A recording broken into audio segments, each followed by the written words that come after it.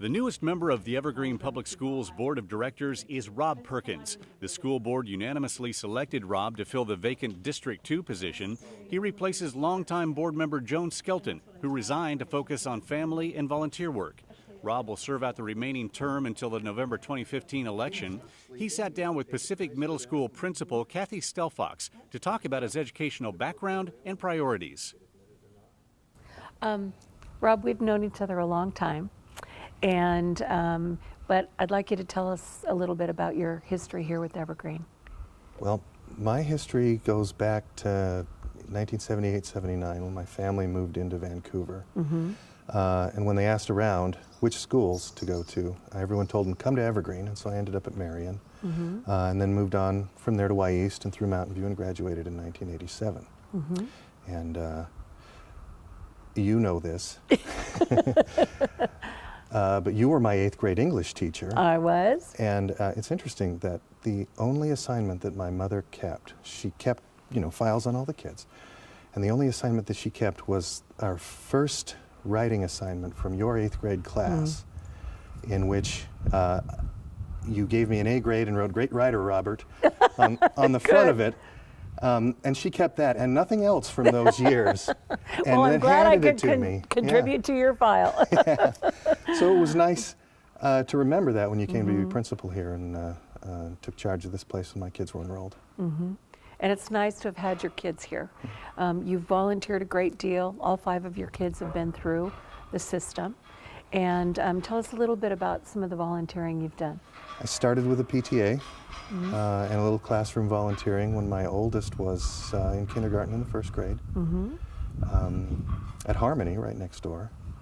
And then just kind of stayed with the PTA there and moved the volunteering along like that until I ended up with more kids in more schools than I could volunteer. I was faced with picking a PTA and I sort of changed my focus then to district level kind of work and applied to be on the instructional materials committee and worked on promoting information about the school bonds and the levies when they were up for election and that kind of thing. So I fell into district level work because I couldn't pick a school. I had 5 kids in 4 schools at one point, and there were just not that many hours in the day, but I could help someplace where it would impact all of them. And I would imagine having 5 kids in our schools has informed you as a parent about the issues that the district's working through and working on. Tell us about that. I think in connection with that, it was the interest my kids had in so many of the different programs, the popular ones, music, and some of them were Excel kids, so they'd end up at the magnet school over at Image. And just kind of observing the differences in the way that they would receive their education in one place and looking at the support they got when they volunteered when they enrolled in sports and the glorious music program that the district has. Just noticed that this was a place where my kids would be well served. Did some of those experiences have anything to do with you applying to be on the school board? I think so. I'm kind of technical in nature, so as they came through the system, I noticed that as far as volunteering goes, there are always lots of parents for the sports boosters and lots of parents for the music, but almost nobody was taking time to think about policy and curriculum and sort of provide a citizen oversight of that. So I thought maybe I'd go where there wasn't a lot of popularity and see if I could apply my energies there. And just watching at the school board meetings and their workshops and thinking through the problems that happen when the budgets have to be cut, I sort of kind of grew into an interest in board service and school policy. What types of gifts do you think you bring? What kinds of skills do you think you bring that you think will help you in this position on the board? Well, I'm really detail-oriented, and that is a really important orientation to have when you're working on school policy because it's very complex. It involves federal law, state law, management of these schools are like little cities with 600 to 1,200, 2,000 kids. Right. And understanding that it's complex is really important to understanding what faces our teachers and our kids. I'm also a technologist by trade. Okay. My training was at university in engineering, and I'm a software developer now. And that, I think, enables me to see clearly as the district introduces more technology into the schools, as we empower kids with more technology.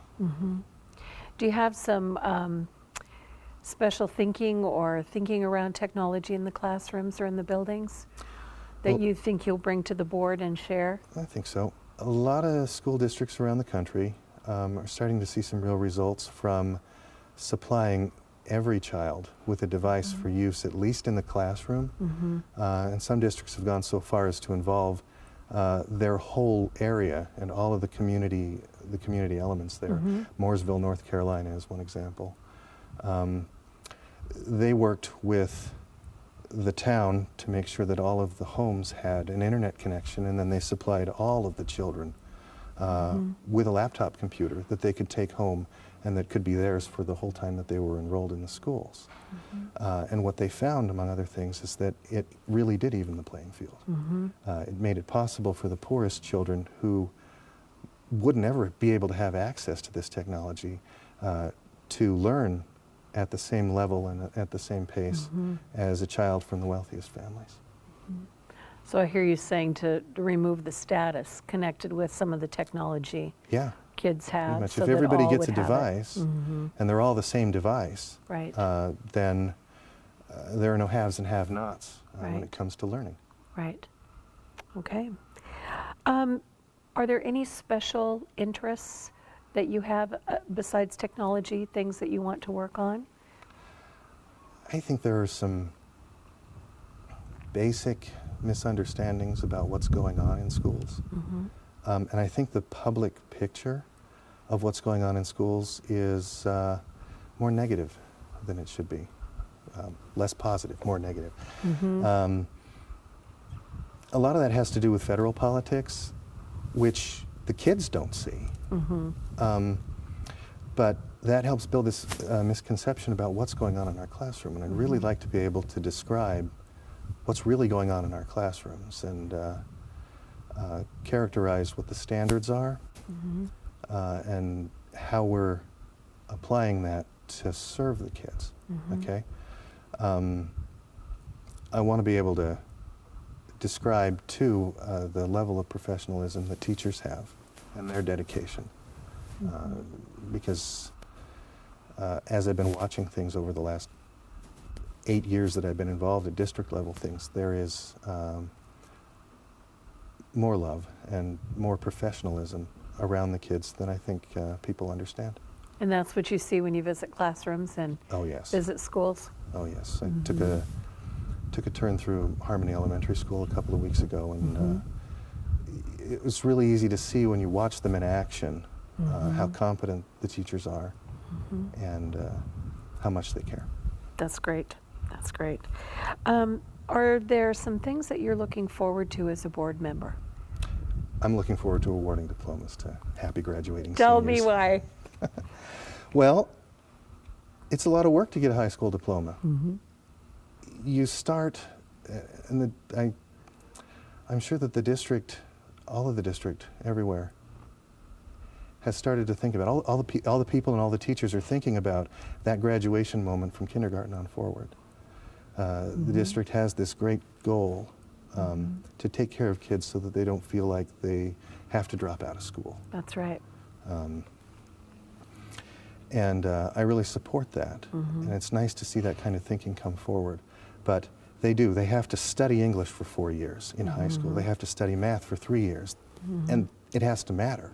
Right. We're dealing with a system where there are standards, and they have to meet those standards in order to graduate.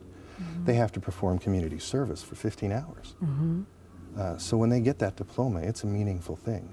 And they can go from there into the community college or the universities or straight into jobs, confident that they've got at least this baseline of skills.